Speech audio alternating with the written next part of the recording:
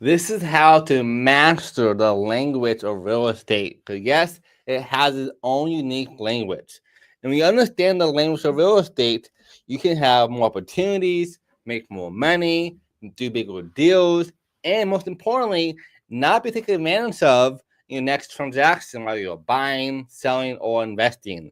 And my team, the Elite Real Estate Group, has done $1.6 billion in transactions over the past few years, and I see these kind of terms every single day.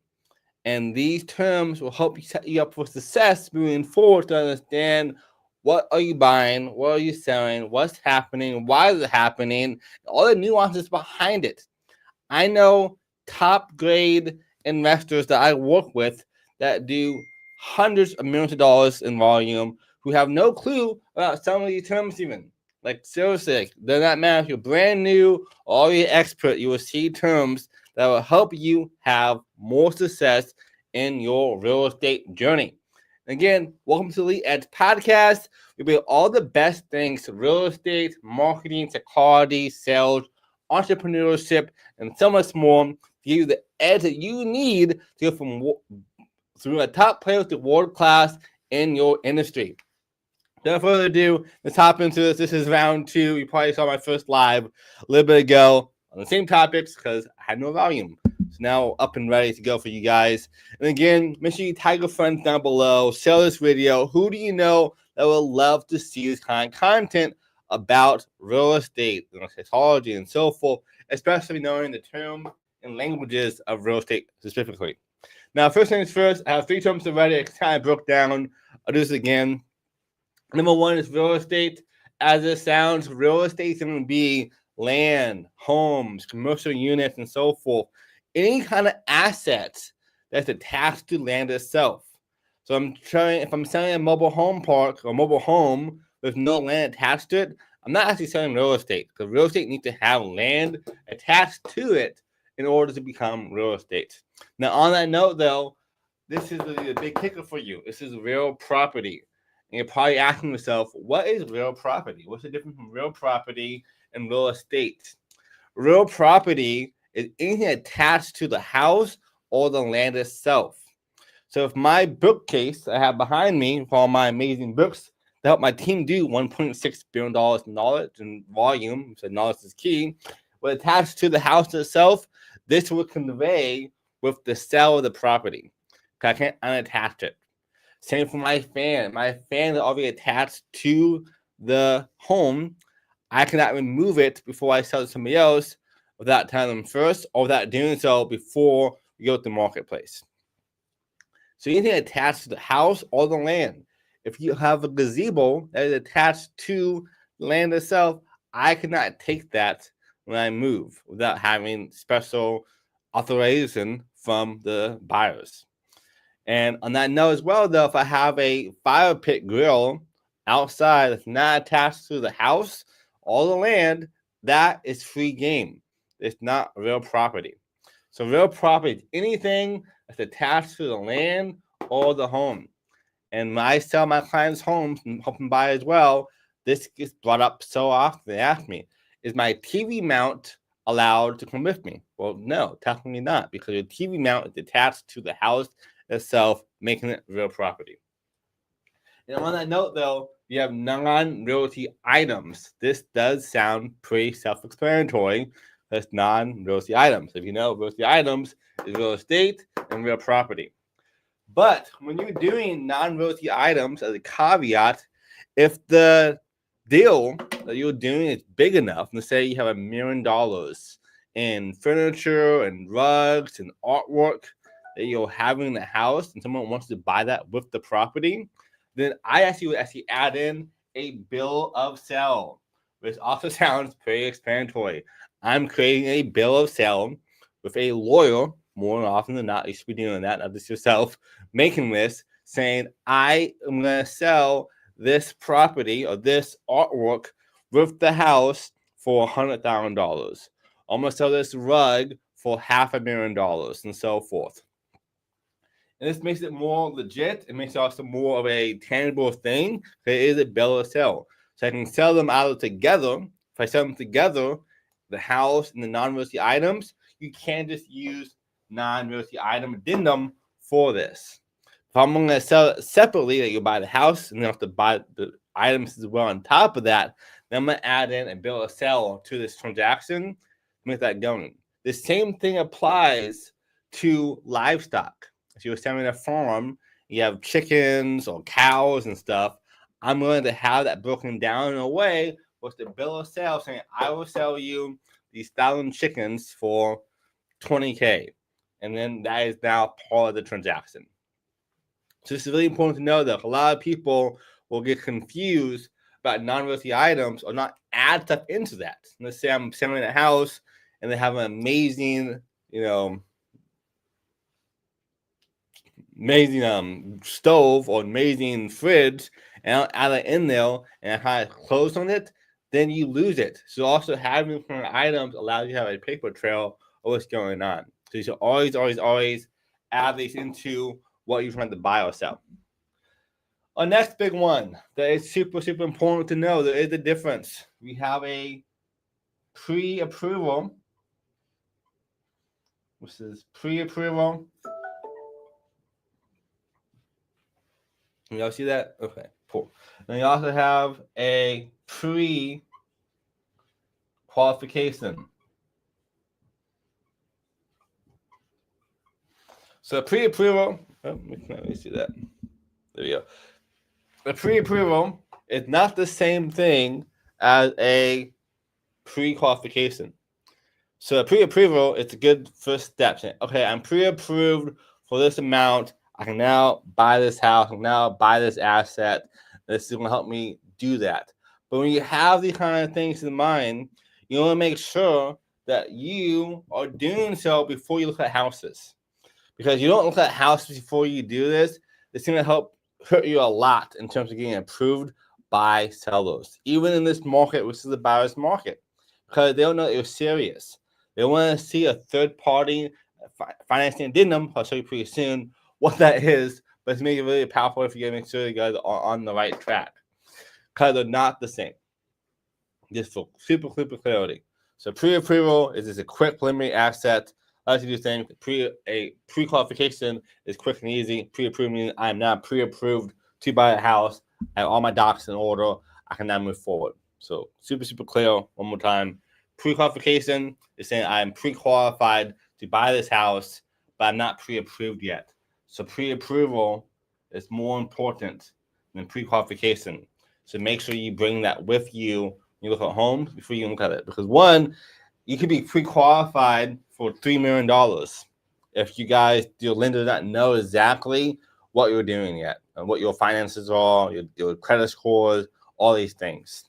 But your pre-approval is you're pre-approved for $5 million or $500,000. And now you know your budget. Because the worst thing you can do, I've seen before, have buyers look at houses for $1 million, but they're approved for $2 million. And now, man, I want a home that's worth $1.7 million instead, or $1.5 million.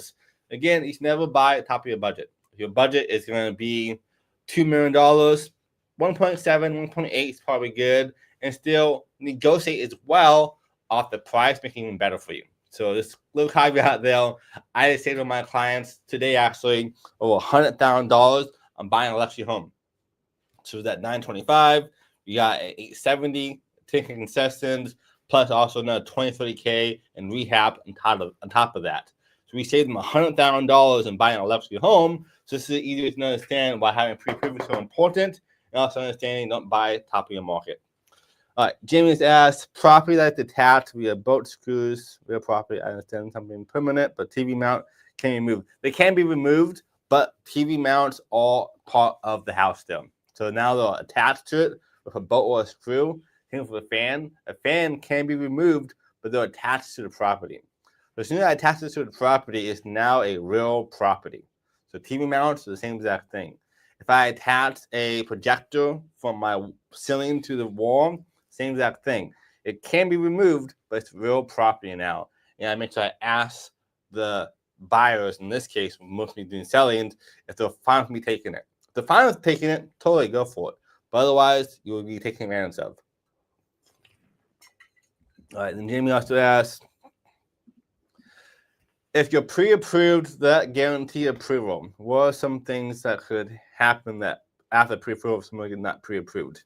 Yeah, great question. So if I am pre-qualified for a home, not pre-approved, I could have a lot of things come up. So let's say that my credit score is 700, not 800. That will affect how much I have on my value. Also, LTV. So let's see.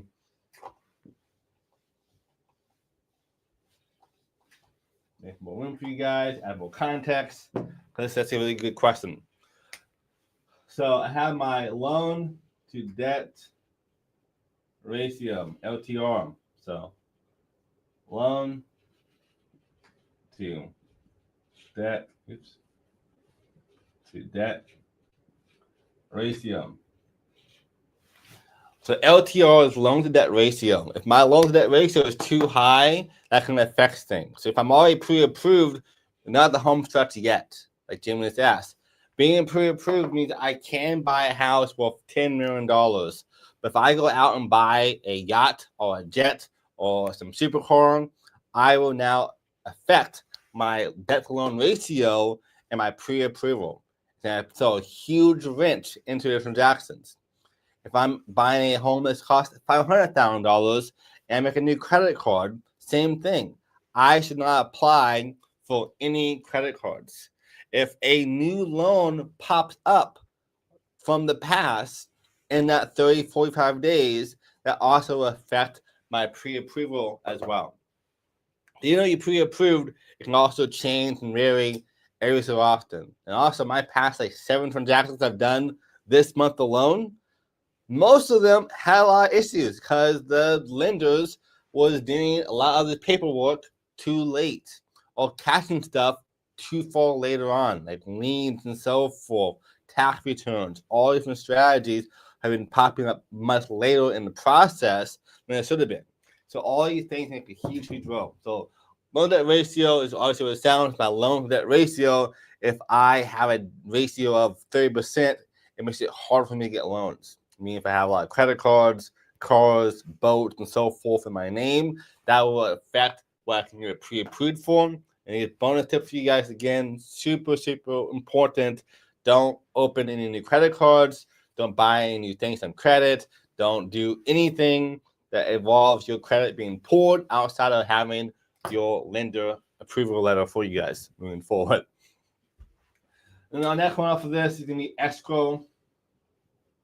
Escrow is kind of a really powerful thing that helps a lot. Escrows are all things that we have that are going to be inside of a third-party person. So like a title company is an escrow. They hold the money. Because the agent, I cannot give or hold your earnest money or your title or option money. We'll touch on pretty soon. Those two things I cannot touch personally is called commingling the funds. We can't commingle funds. So for me, I want to make sure that we have an escrow officer, which is going to be mostly dealing with all things that a neutral third-party person, title checks, so forth, all of those. On that point, so escrow is a third-party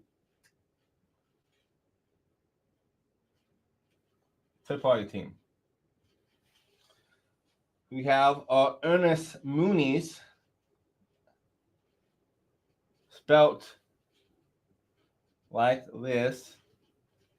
So not monies, but Moonies. Ernest Moonies is going to be a good faith. That is good faith. I'm going to be buying this house, saying I will give you normally 1% of the home value, and Ernest money saying this is my good faith that I will buy this property. So 1% home value, what you're buying it for. Yes, good faith.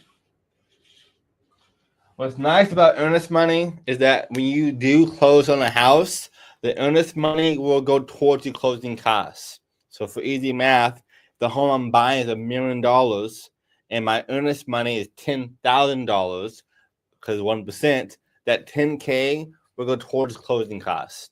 So if I'm going to do a 10% down, that means that I now have $100K to give to them, and 10% of that is taken care of by this especially. So really, really important. Now, more caveat though, for earnest money, if I back out of a transaction on the buy side before option ends, which I'll touch on pretty soon, the earnest money goes back to you. Also, if I back out during a transaction and the loan is not pre-approved and I wrote in the contract that's not is contingent on that, I can back out and keep earnest money. Another bonus tip for you guys that most people don't know, if I'm on a transaction as a seller or buyer and I don't give them the SDN, seller disclosures notice, meaning what the seller thinks of the property on their own knowledge, to the buying party within a number of days after being on a contract, normally 3 days or so, then I can now back out as a buyer and keep the earnest money even though I was leaving for a non-real reason, because that now trumps everything. So really, really important. SDN, as I said before. So couple stuff. Do option money. I'll do SDN next for you guys. So option money. Felt like money, not Moonies for this one. Gives me the option to have option period. So option money and option period are similar but different. And you can obviously see there are tons of different terms and languages inside of real estate. I'm talking about more and more of them as I go because there's so many of them. So knowing this is super important. So option period, this gives me the option to have a 3, 5, 7, 1, or even 0 days option period. Option period allows me to do my due diligence. So I write down due diligence.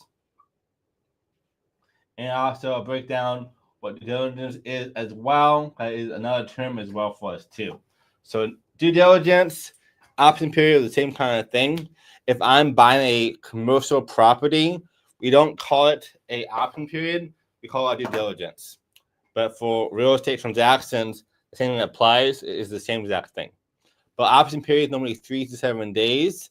And this allows me to do my due diligence, which is my inspections, my contractors, look at the house, see what's going on with it, and make sure it's a good investment or a good buy for new home owners.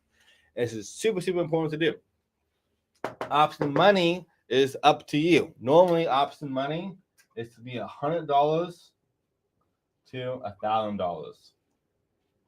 Normally, you don't see more than that. Normally, it could be $500, it could be $0, it could be $5. It's up to you. There's actually no real rule to earnest money or option money. I bought a house with my other client. We did 0.5% earnest money. So winning a whole percent, but it's fine. For option money, it could be $1. Up to you. But this allows you to be protected.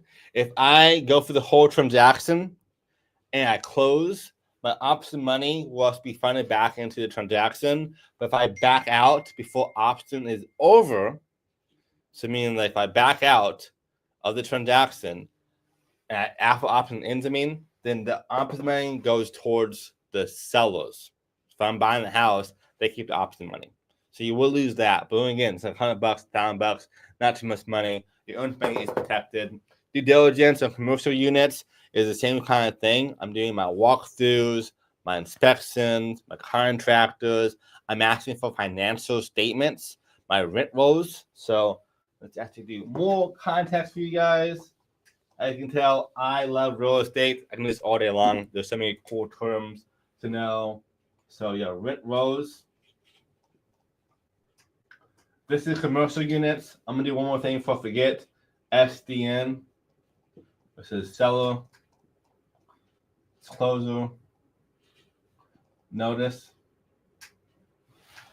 So seller disclosure notice is back half real fast. Is just what you guys know about the house and on top of your mind. So you bought it in 2020 or 2020 and you upgraded some stuff or some things are broken, you would tell them what you know about the house.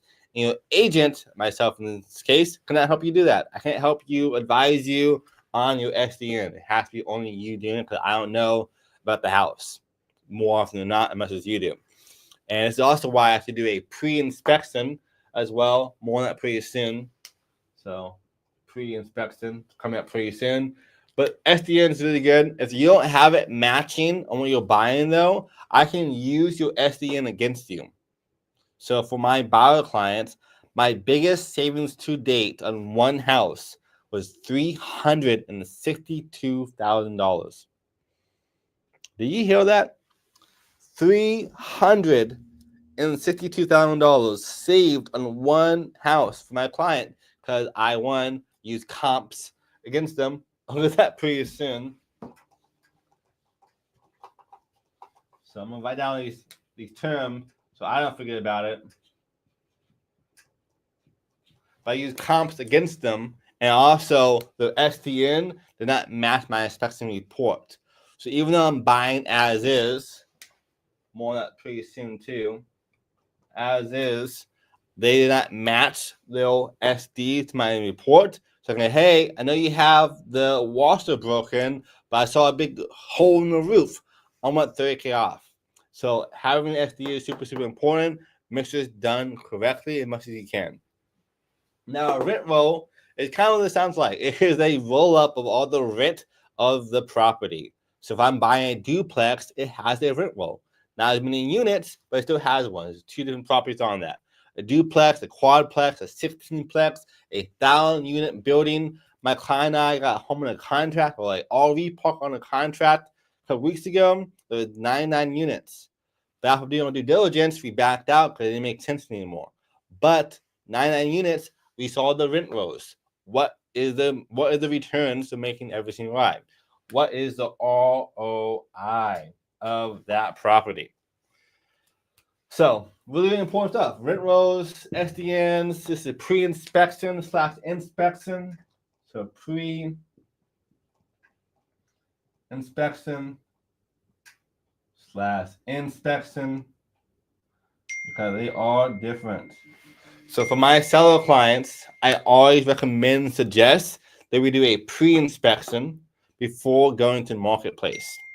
Because this allows me to have more negotiation strengths. I won't use negotiations because you know what that means, but more negotiation strengths when buying a house. I can say, hey, here's my SDN, here's my pre-inspection. I know that there is a leak in the kitchen sink, or I know that we need to fix some small things. But on top of that, though, with a pre-inspection, I can then go fix all the items before going to the marketplace. Anything that's big. So if a roof's messed up, or if the foundation's falling apart, I can suggest to my seller client that, hey, let's fix these items first before going to the market, and that way we don't lose money on the concessions or anything like that as well. Also, concessions coming up soon. So concessions down there, super sloppy, you can't read it, but I'll make it better for you guys. Concessions down there, and then inspection, it happens during option period. I have an inspection with an inspector that comes to the house for my clients and say, hey, we found a leak in the roof, we found a bad foundation, there's a leaky faucet, there's X, Y, and Z. They will show you 30, 40, 50 pages of things. Now, keep in mind, though, don't be alarmed because most items you see aren't that bad. Like, for the most part, most of them can be fixed for $5, $10, $20. Some of them won't have any effect on you at all. I've seen agents who are not experienced lose transactions and lose dream homes for the buyer clients because they didn't know how to explain to them correctly. Like for me, for example, I sold a house a couple of years last year in 2024 that we had multiple offers on this property. Within the first 2 days, we outperformed every single home for our seller clients in a mile radius. And they tried to sell the house themselves for 2 years for 2 different agents with no luck. Think about that. That is awful. 2 years, 2 agents, no luck, almost giving up, and 2 mortgages. Make matters even worse. So you found us online like this right now. We came to the house. We broke down what was going on. Got offers for them. First off, we did an inspection on the house like they should. But here's the thing. They just backed out after the inspection. They didn't talk to us, sent me a receipt on a agreement, meaning they're backing out of the transaction without any word of notice. Couldn't talk to them, what was going on, nothing. Next day, I get another offer with my client. They accepted. Actually came up higher because we used more negotiations of other offers that came in and that leeway that we had. So within 2 days, multiple offers for them. And that one, they spoke to us, asked us questions, and we told them what was going on. We fixed some things for them, and now they have a dream home that they love. Seller's happy, and so is the buyer because they actually talk to them. So inspections are not as scary as they are. So don't just like go ghost and be, oh no, what's going to happen? You can get past most things. Just a little caveat there. Super important. And again, guys, this is valuable for you so far. Make sure you tag your friends down below, share this video, give us a like. And if you need help buying or selling real estate, we can help you here in Austin, Texas, but also help you in 50 states and 24 different countries as well across the globe. So you guys need help, let us know. We are here for you. Take you most of my money as fast as possible. Again, you can see that below. I've saved my clients over 300K before, 361 on the buy side. And on the sell side, my biggest sell to date is 150K of asking price within 2 days. So that is Brooklyn for that one for you. On that one's comps and CMA. So CMA is comparable market analysis. So comparable market analysis is CMA or comps. And comps are what I'm looking at on the marketplace is either sold, expired on that note. Come back to that. Expired, withdrawn. So expired means that home at one point in time was listed on the marketplace and came off the market because either the seller gave up or the agent agreement expired, which is why I call it expired. So expired, looking at expired homes, withdrawn homes, active homes, under contract homes, pending homes, two different things. Pretty soon. And also we have the closed home. This is the most important comp out there. I can see a home that's active in the market for $2 million, but it's been there for 300 days. I see another home that's been on the market for 10 days, so for 1.2. I know the comps say 1.2 is more comparable for that value. So having a CMA is really important.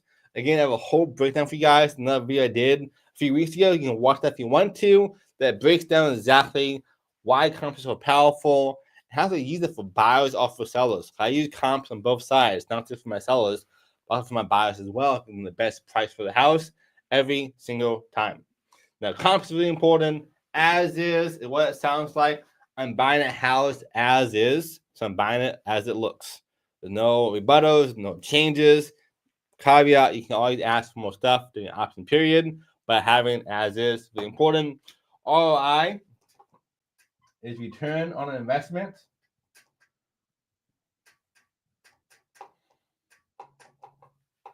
So return on investment is ROI. You probably can't see that.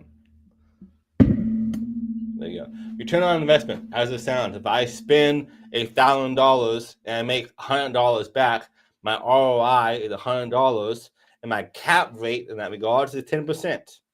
So cap rate's next on this one. So it's not too hard to read. I'll write it down here too. Cap rate. And I have a whole video as well for you guys I did on cap rate too that breaks down what cap rate really is in more detail. I won't do the whole math behind it. But cap rate is returns. So it's my return rate.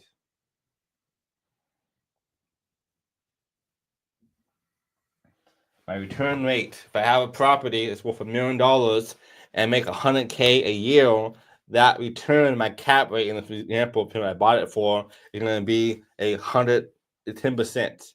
So a good cap rate. So more than 6% is a good cap rate. For example, for easy context, if I'm buying stocks and my stocks have a cap rate or return or ROI of 6%, if I can beat that, I want to do that. So that's the easy example for you there. So that is cap rate, return on investment, concessions. I'll start going up the list again for you guys. So concessions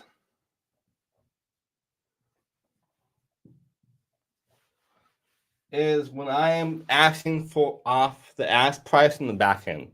So if I have a home that I'm buying for $100,000 and I want concessions of $10K, and saying that the seller or the buyer, it works in both ways.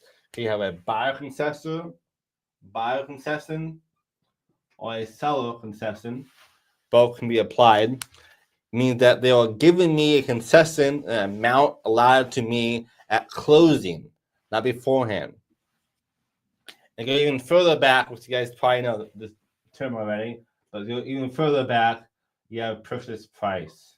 Because I bring this up for one reason, because these are two different things. When I'm buying a house in this market, especially for my buyer clients, let's say that you have an interest rate of 7%, and it's too high for you. You don't want to do 7%. You want 5% or 6%. I can then go down here and I can ask for a rate buy down. A rate buy down. And I do so by asking for concessions. So for easy example here, if I'm buying a house for $1 million, and I can either do one or two things and say, hey, give me $50K off the ask price. And at $50K ask price, make it $950. So $950K.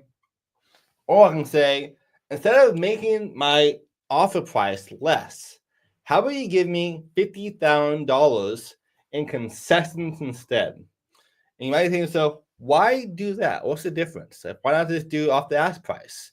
Because $50,000 off of a mortgage amount, which I'll touch on pretty soon, mortgage, won't do a whole lot to your differences. So if I did a mortgage price drop, for easy example, how powerful this strategy is. Make sure you stay tuned to this. This is super, super powerful stuff in this market, especially help you guys buy homes and not spend that much money. And also, in this case too, with concessions, you can almost buy a house with no money down. Almost no money down by using these strategies. Just that powerful. So if I buy a house right now, I'm looking at my calculator that I have for doing these rates. And I am the buyer in this case. The home is $1 million, and my down payment is 10%, and my rate is 7%, and I'm paying for my agent investment fees. My monthly payment at 7% for $1 million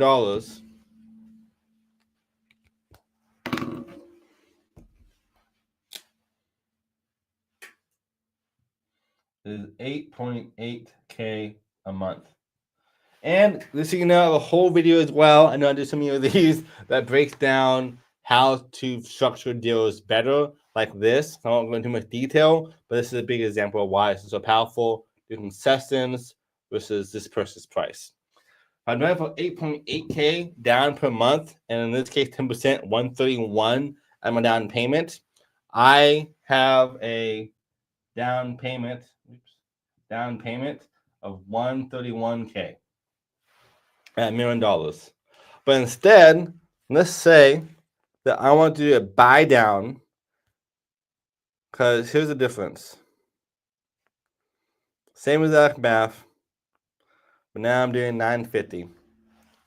At 950 down,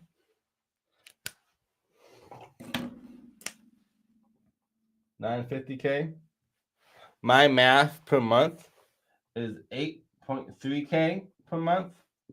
And if I knocked it down 50K, I'm spending 124K at closing costs. So in the math, I just saved my client $500 per month and around 7K per closing costs for doing that.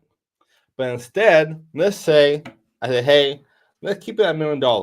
I don't mind doing $1 million, but instead give me $50,000 and concessions.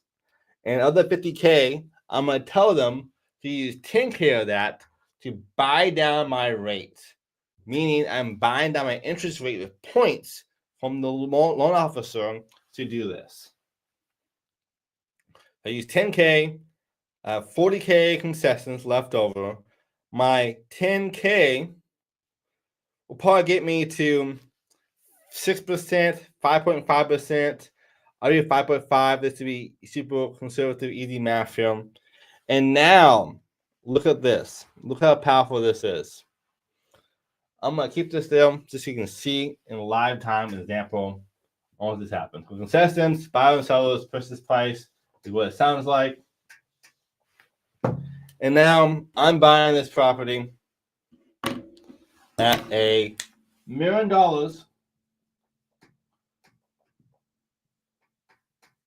Still at $1 million. Nothing's changed still. But now I have a 5.5% rate and 40K in concessions. This is going to blow your mind.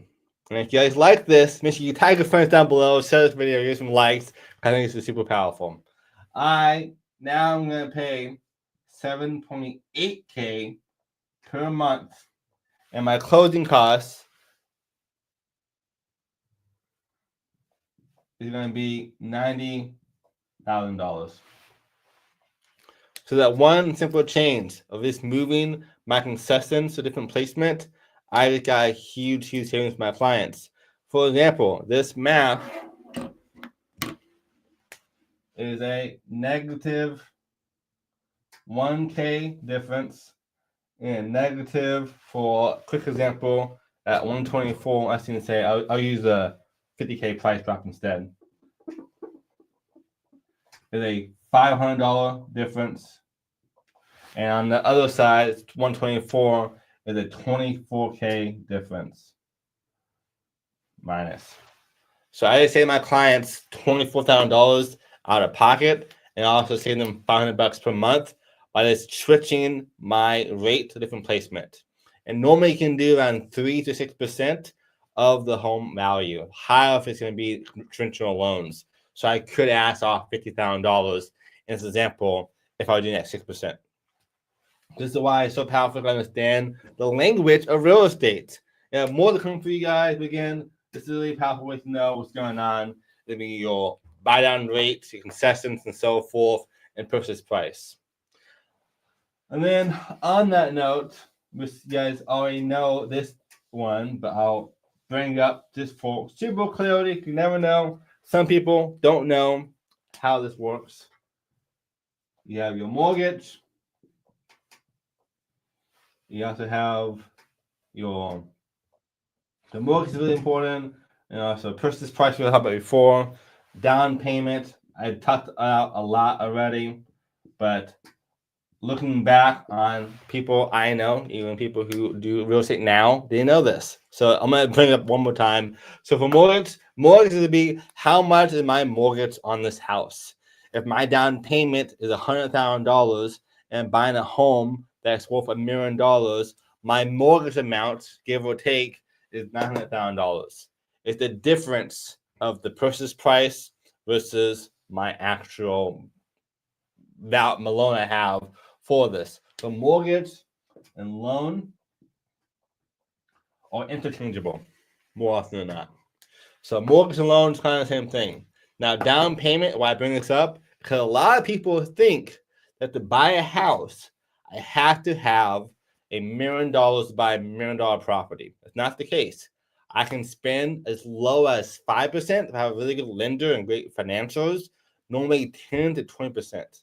The home we just bought recently with my clients, they did 10% down on $1 million property. So they spent $80K, I think, or $90,000 instead because of concessions and so forth at closing costs. So you can buy a home with a lot of money, being $200K home, for less than you think.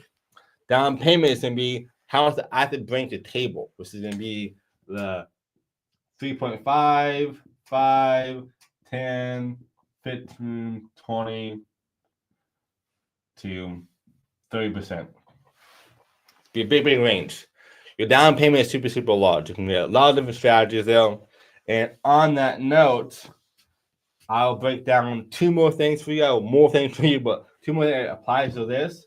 I have a FHA loan, which is normally a first-time homebuyer loan. This allows me to buy a house for 3.5% to 10% down. So you're saying, I want to buy a house this year in 2025, but I don't know how. I have no money, not enough saved up at least. You can buy a home, let's say for 3.5%. The cutoff for FHA is around $650 here in Austin if you use a jumbo loan. And jumbo loan, just adding two loans together to make it larger. But the FHA loan allows me to buy a house and say if the home is going to be $200,000 or $100,000. I need 3.5% down, which is $3,500 plus other closing costs as well. And closing costs, on that note, is everything left over on top of your down payment. So closing costs is my down payment, it's title fees, lender fees. List goes on. There's a huge list of things you gotta pay for. Most of them, normally for closing costs, I'm gonna spend another 1 to 3%. This is what matters more. More than what other stuff is. I'll explain to you guys later on. But like this is more important. So if I have a closing cost of 1 to 3%, let's say 2% for easy math, or 1.5% for easy math, and my down payment is 3.5%, I'm coming to table with 5% down. So if my house can cost me, easy math here, $100,000, I'm bringing around $5,000 to closing at the table. But if I can ask for, 3% on a concession on that property versus $3,000, I only need $2,000 now to buy the house. Is that crazy, guys? Is that crazy or what? Buying a house for almost nothing. The same applies if I'm buying a home that costs $500,000. For $500K, 5% down, then the same kind of math though. This allows me to have $25,000 at closing costs for everything from my down payment, from FHA loan, closing costs, 1.5% is $25K. If my concession is $15K in this example, which is 3%, this allows me now to only bring $10K to the table. So this is how you can buy homes with almost no money down. So FHA is another loan you can use. On top of that, we also have some more loans, which is going to be traditional financing. So we have traditional financing, which allows me to buy a home normally around 10 to 20%. We have a recourse loan, which is to be more creative. With recourse loans, I can normally buy for like 15%. Sometimes I can do 10% down, less or more. And then you also have creative financing. I have a whole video as well that breaks down creative financing. Creative financing is what it sounds like. It is creative. So I'm not doing regular loans like FHA or traditional recourse. To me, it's kind of part of a creative financing, but so this thing is like a sub 2, which means I'm subbing my loan to the subject. So if I'm buying a property, I would say, hey, I want the title, not the deed, but I want the title of the house. I'll explain to you guys pretty soon, title versus deed. I want the title of the house given to me, and then you keep the mortgage. We talked about before, the mortgage is a loan. For sub 2, the investor will consume the title and promises to pay off the mortgage for the sellers. Caveat, if they back out, it's stuck on you still, the seller in this case. So don't always accept those. They're all kind of like gray areas. They do work. That's the big thing to them. I'm assigning the property to myself. You also have seller financing, which is as it sounds. I got an offer from my other client last week for $10K above asking price, seller financing. Now, seller financing means that the client, the seller in this case, becomes the bank. They make the mortgage as part of the account to the new buyers. So easy math here, easy example. If I am doing seller financing, I would say, okay, the down payment for my $1 million property is 20%, or even 30%, because I'm not doing seller financing and want more capital given to me up front. That means I'm giving $300,000 to the seller, and then the $700,000 at a set rate agreed upon between the seller and the buyer in this example would be the seller financing aspect. So give me, let's say, 10% of $700K every single month until it's paid off. Amortized as well over time. Meaning now the math is going to be broken down to $7K per month for this property and so forth. So this easy math, you guys understand how this looks and how this works for creative financing. There's more strategies as well, though, on top of this, too. And then we have our title and deed. Okay, talk about that a little bit. They're all different from each other. A title is it just says that I'm allowed to have the property. It's not a paperwork, it's not a document. A title that says I now have the property, but it's not a physical state. Just I have ownership. And on that note, I'll add in title commitment as well. Plus insurance. It's really important to know both of these two. But title says I have this property, and this is the title behind it. It's not tangible, though. It's not a real asset. A deed is given to you when the house is paid off. Easy example, though. So if I have a title, that means that I have this house for mortgage that says this is my house, but I don't own it completely. This is the easy way to see this. For a deed, though, is that I now have the paperwork saying you now own this house. This is yours. Good job. This is why easy to understand the difference between these two things. So for deed just means I own the house, a tangible asset that's now given to me. A title commitment is all the nuances a part of the property. So if there's liens or loans and so forth, the escrow officer, the third party at title companies, will find out formally what's going on, see title commitment, and make sure it's done correctly. There's no hidden things. I've sold homes in the past that without a title commitment never were sold because we found out that one of the sellers owed like $300,000 in back child support. Same for taxes. We part of that as well. And title insurance protects the buyers. This allows you to say, hey, I'm going to buy this property, and I know that if something comes awry, it is now documented on title in the state of Texas, in my case, or where you're at, and I have insurance saying if there's a lien, it's not going to be given to me, it's going to fall to the past seller still to protect you. So having a title insurance is really, really important in that regards.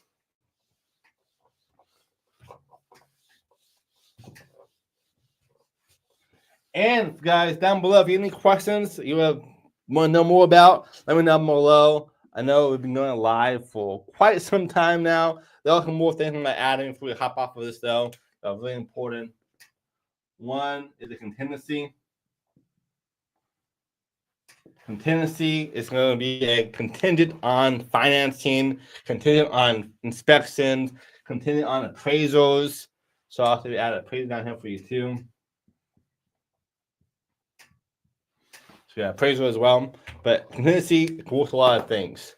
Even contingency on sell. So I'm selling a house from a client of mine, and I need to sell first. I can say, hey, I'm going to buy this property from you guys, contingent on my home selling. And these are great to know because it protects you.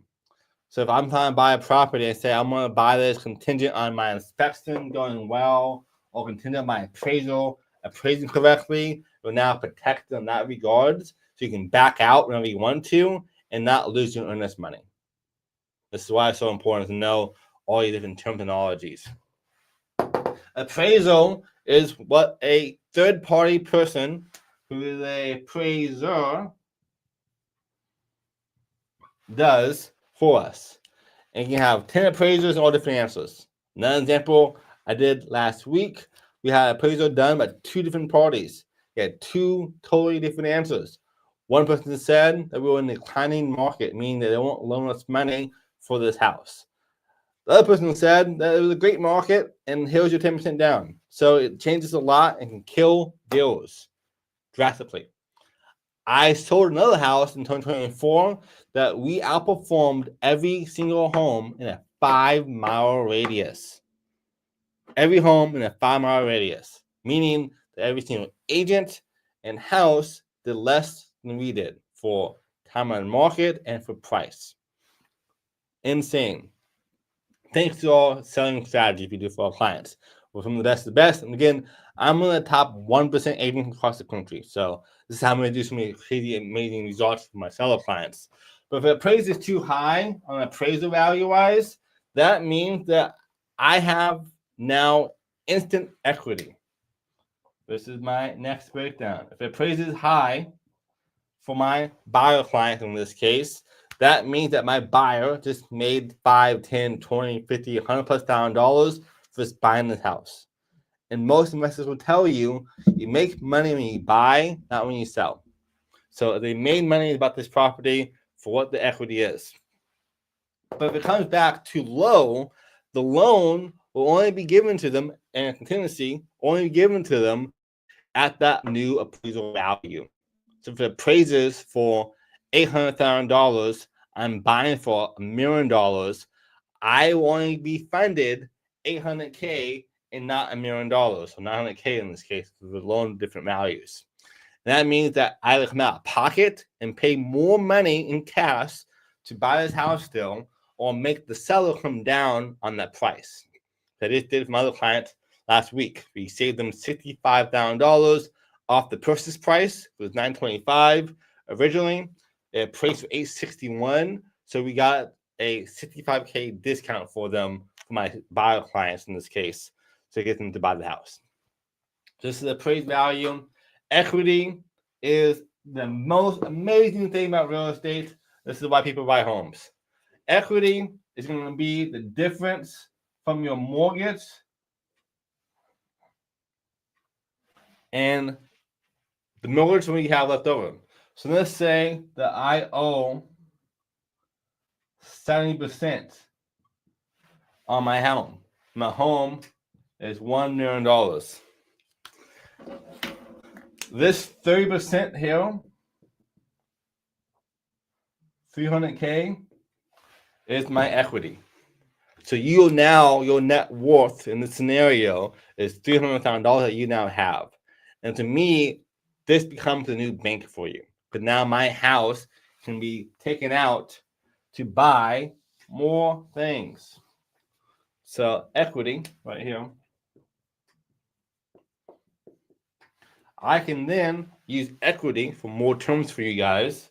Say one term I have is going to be a HELOC. This is a home line of credit, meaning that I'm making a lien against my property. And a lien, for another example for you guys, is a loan or a debt. A debt on the property. So a HELOC in this example is a new home line of credit that I'm pulling out for this property. And if I'm trying to do a HELOC, I can normally pull out 90% of that property. And that leaves, let's say for easy math, $250,000 I pulled out for HELOC. And HELOC allows me now to be able to use it for by myself, for upgrading my house, make it looking more impressive and better, or to buy more properties.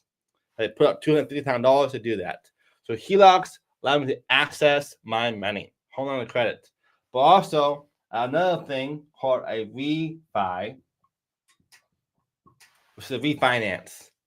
And refinance is nice because I can say, hey, since I bought this house, let's say I bought this house for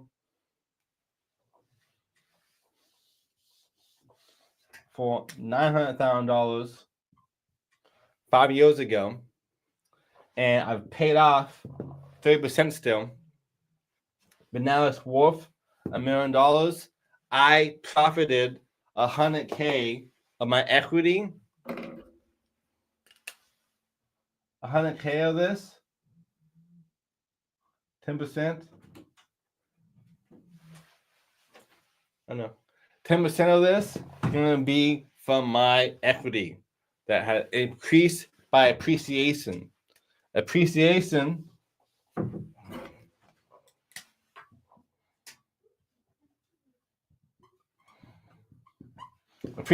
and how much my home increases year by year. In most places, the appreciation rate can be 3 to 15%. So I know if I own a home for 7 years, more often than not, that home would double in value. So it's $1 million property, and 7 years from now, it's worth $2 million, and that $1 million spread is going to be my equity because it's been appreciated, which is your money, your net worth, and then the difference from my pay down of my mortgage is going to be my extra capital. So if it's been 10 years, it's worth $2 million. I've paid off, let's say, $200K.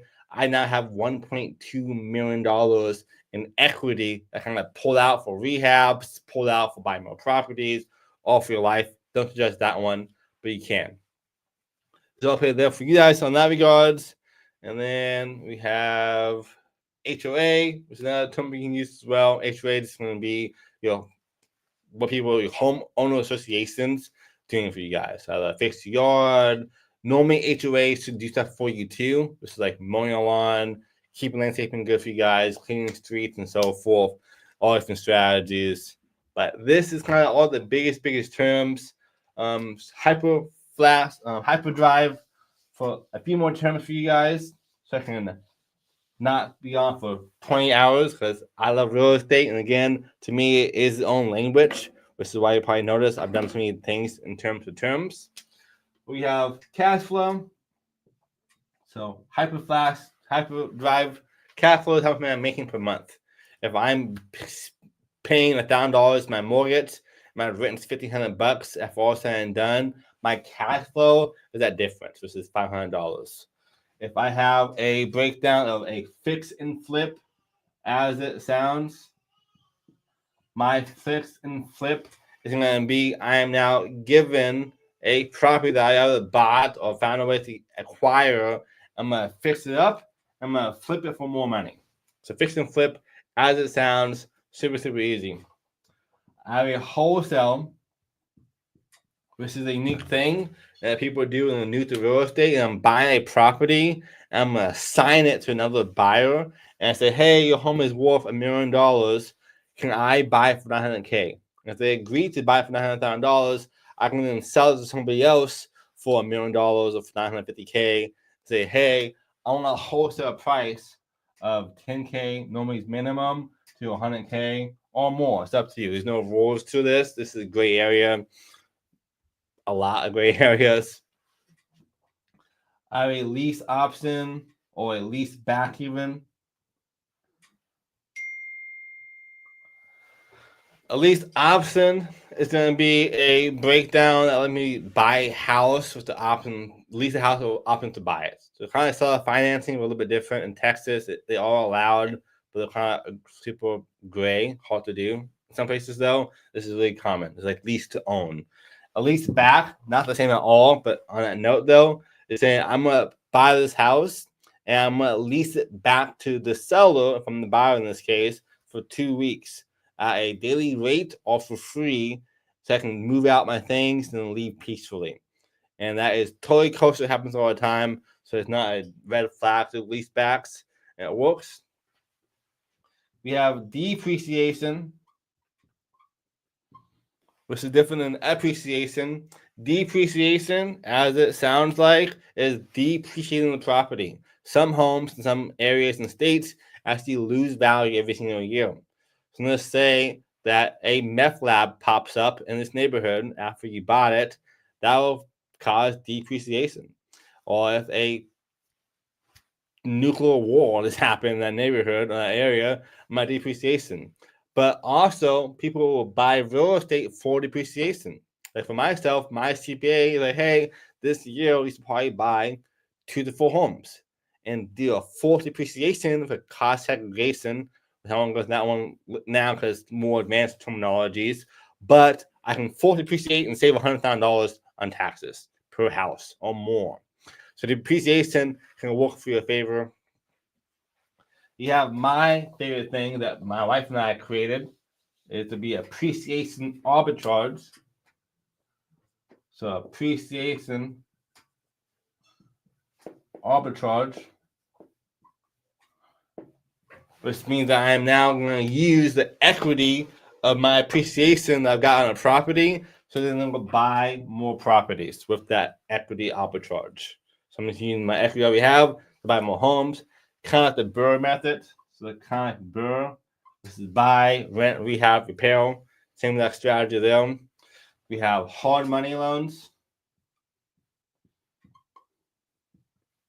And a hard money loan is going to be a hard money because I'm buying it through, I'm getting a loan from somebody who's a third party person, not a traditional bank, at a higher rate. So it'd be 5%, 10%, 20%, who knows, at a higher rate. And I have private money.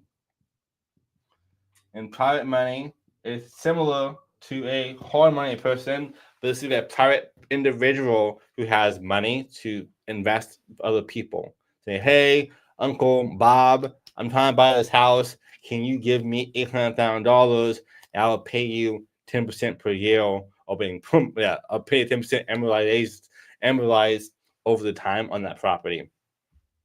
And those are the biggest ones. I probably broke down like 50 to 100 different terms for you guys. Make sure you guys like this video, tag your friends, share this as well. Who you know that loves real estate, psychology, business, marketing, so much more. I go live on Elite Edge Podcast for you guys every single week, twice a week, Mondays and Fridays, for about 30 minutes to an hour and a half, depending on what I'm talking about all things business.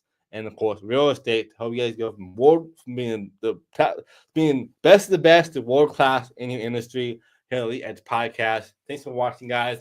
Have the best of yet. Understand these rules. Watch this more than once, because real estate is its own new language. Again, my team's done $1.6 billion in transactions, and after doing it for so long, is why I'm so good at all these terms. I see them all the time, and there's still more to be out there. Down below, tag your friends to this video. I'll see you guys at the top. The best of yet.